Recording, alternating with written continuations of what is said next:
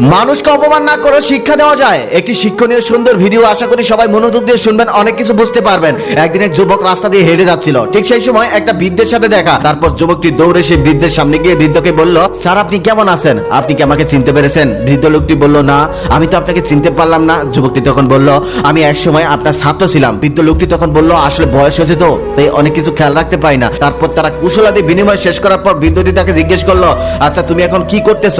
যুবকটি তখন বিনয়ের সাথে প্রশ্নের উত্তরে বললেন, আমি এখন একজন শিক্ষক, আমি শিক্ষকতা করছি। সাবেক ছাত্রের মুখে এমন কথা শুনে শিক্ষক অত্যন্ত খুশি হলো আর বলল, ও আচ্ছা ভালোই তো, তাহলে তো তুমি আমার মতোই হয়েছো। যুবকটি তখন বলল, হ্যাঁ স্যার, আমি আপনার মতো একজন শিক্ষক হয়েছি আর আমি আপনার মতো শিক্ষক হয়ে নিজেকে ধন্য মনে করি। তারপর সেই যুবক তার শিক্ষক হওয়ার পিছনের ঘটনা বর্ণনা করতে লাগলো। ঘটনার বর্ণনা করতে গিয়ে তিনি বলেন, আপনি আমাকে আপনার মতো শিক্ষক হতে অনুপ্রাণিত করেছিলেন, আপনার শিক্ষা পেয়ে আজ আমি শিক্ষক হয়েছি। বৃদ্ধ শিক্ষকটি তখন কৌতূহল নিয়ে তার শিক্ষক হওয়ার পিছনের ঘটনা জানতে চাইলেন। তখন যুবকটি তার শিক্ষক হওয়ার ঘটনা বলতে গিয়ে